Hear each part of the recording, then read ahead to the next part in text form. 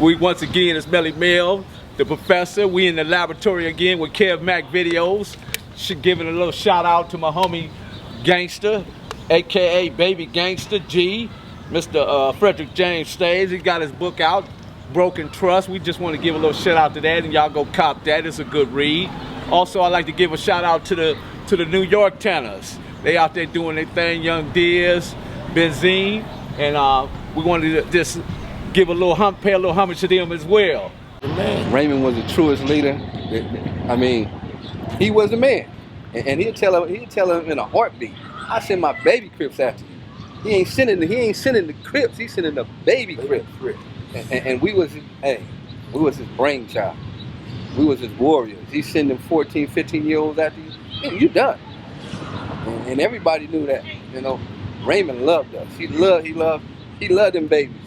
And you know, most of the time we had a lot of heat from West Side because Compton didn't see us as legitimate in the days. You know, they would come out here and you know they trying to chunk us off like we wasn't legitimate. We legitimate out here. You know, we got East Side guys out here. Yeah, Mack video, you know this is for sure. Yeah, Mack video, open your soul, represent your ghetto, baby. Yeah, Mack video, you know this is for sure. Yeah, Mack video, open your soul, represent your ghetto, baby. For the dime moves and the lows. So we legit, you know, and they come out here. One time they come out here, and my homie Catnip, and he was always quick with that shotgun. It was Melvin Hardy, AC, and who else was in there? Monkey Man. Yeah, they come out, they come up in the Grandees. They don't. Hey, look, this ain't the place for y'all to just come and ask where the barbecue at. And that's when they asked where the barbecue at. The yellow Malibu. Hey. And it got blown up. Oh no, y'all can't just come through here. Chucky was in the car too. Yeah, they found out. They found out. Hey man, come through here. You got here. to blink your lights on 3 times. Yeah, they found we was legit. That was the call, Bruno. Yeah, you got to blink your lights on 3 times. Yeah. When they came through, everybody drove down. You know, hey man, what you? Yeah. Oh, because the cul-de-sac was apartments on both sides, right? Go through. You know, if you slip, you're done. Yeah, better not slip. Oh no. Yeah, not as wild as y'all was. Hey man, yeah, we was wild. You know, like I said, you got kids leading each other. That's how it's gonna go.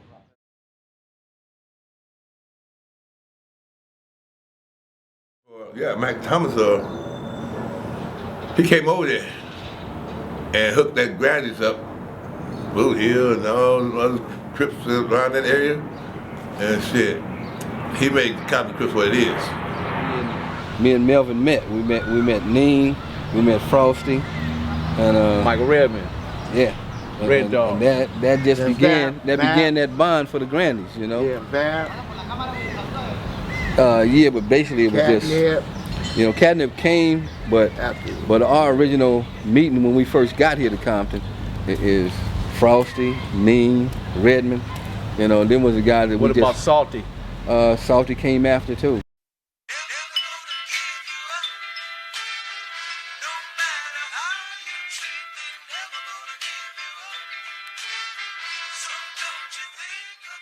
Yeah, he came. Called Salty Salt Rock back then. Yeah, Big N, all them came together. Yeah. Salty, Popcorn. Big N, Popcorn, all them. Popcorn came later after we got down to Boot Hill. Right. Yeah. After we got down to Boot Hill, but there was some real brothers going through it, man. Zane Smith and Roy Tucker, like I told you, those gonna be the one who get the argument because they were Crips. Nobody ever talk about Light Bulb anymore. Well, you know, Light Bulb been gone so long. Yeah. You know, that's why we don't talk about him. You forget. Right. You know? Even I don't even hear Grasshopper, Frog. I just talked to Grasshopper at Monk's funeral 2 weeks ago. You know, talked to him on the phone. He out there in jail out there, and the St. Louis son, Baby Roscoe, called him. You know, said he turned Christian, but that's cool. Ain't nothing wrong with that.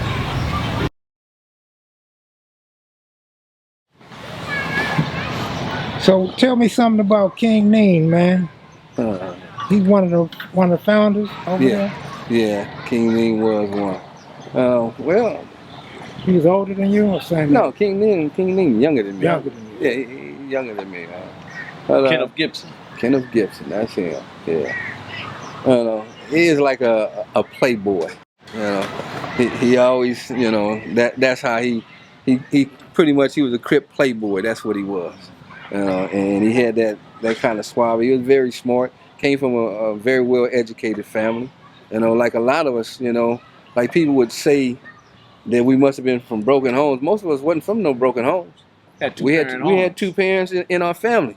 Hey, did they always know what we was doing? No, because they working. They working too hard. They working too hard to keep up with us. One working, one at home, and we came from big families. Big Mack's daddy and his mama living in the same house. But hey, they both got to work. So kids are left to their own demise when parents have to work hard. And most of our parents, they was working hard while we was out here taking over the streets, and a lot of times the police were like, you probably ain't got no daddy. It's like, man, I got a daddy. I got a real daddy at home. I don't know what the fuck you talking about.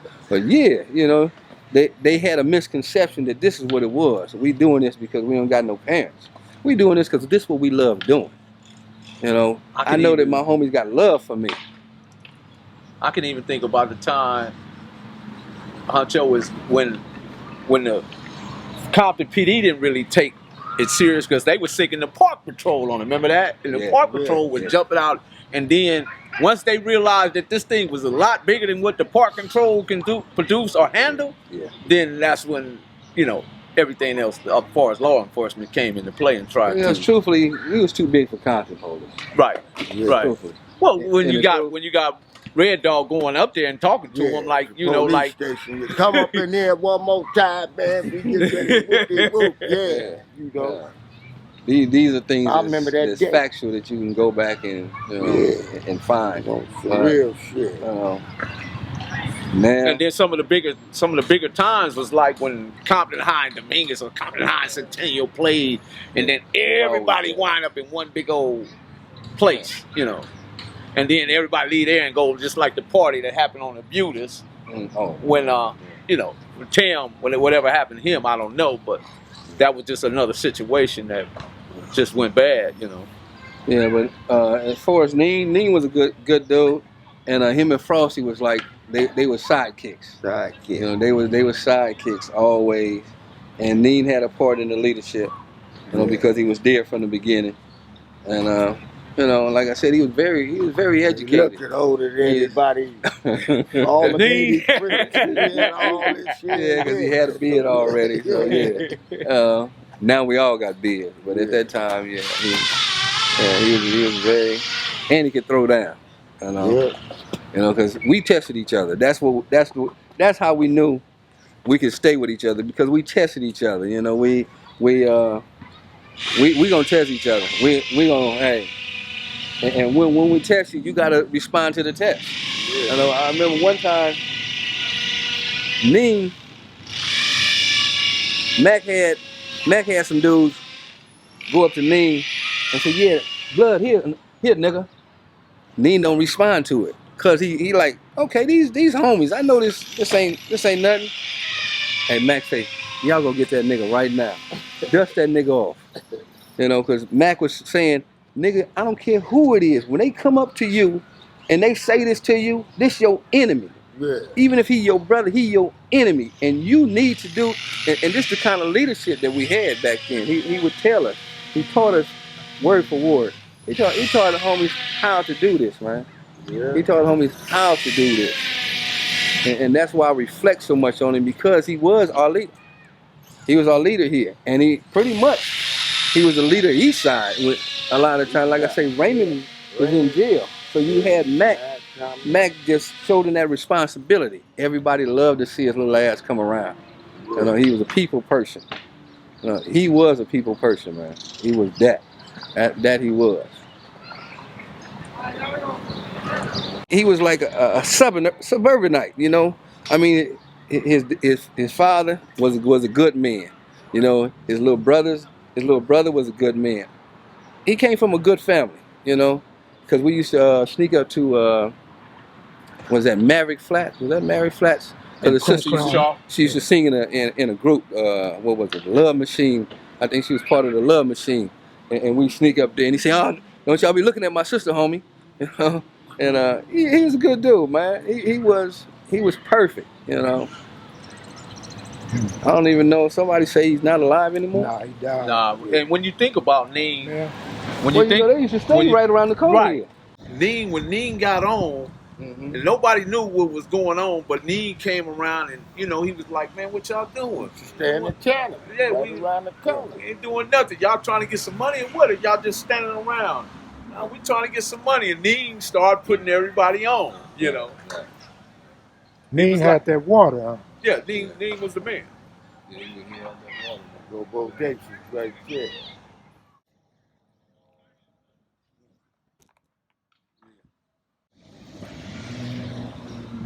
All right.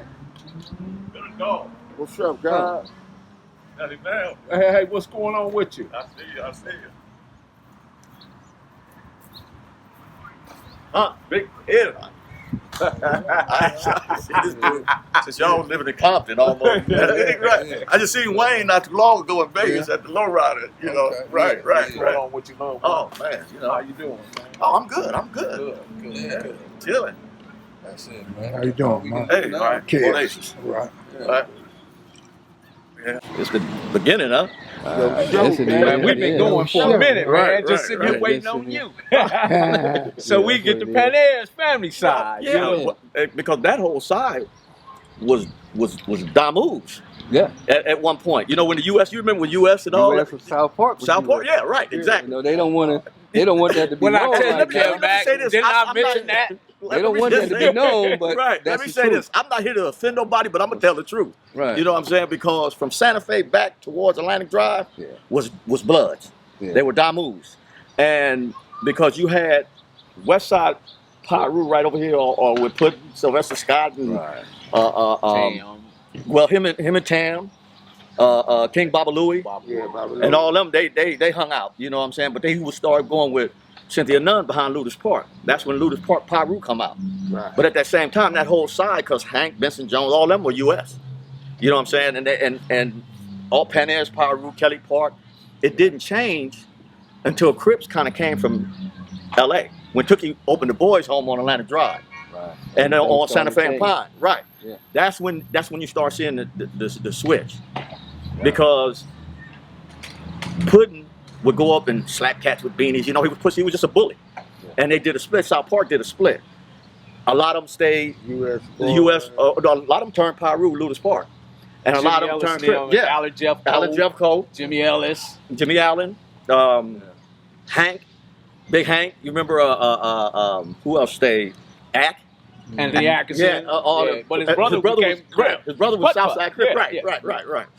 So the split was, because we was just low ride. We was on Panayers. We wasn't really tripping on the gang, because everybody came over to Debbie Bernard, all, you know. Right, Big Wolf. Yeah, Wolf. Elbow. Right. All them were my brother Dean and Sprite and all them.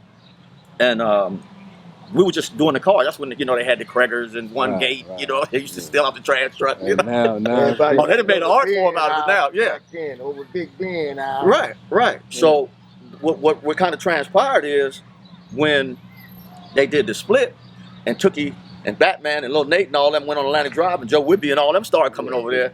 They was converting because the Crips was growing like wildfire. Yeah. A lot of people don't know you had Pyru Crips at that time, because Mack Thomas and Puddin and them was kind of hanging a little bit before the Grandees. You know what I'm saying? You know, we didn't even speak on it. You know?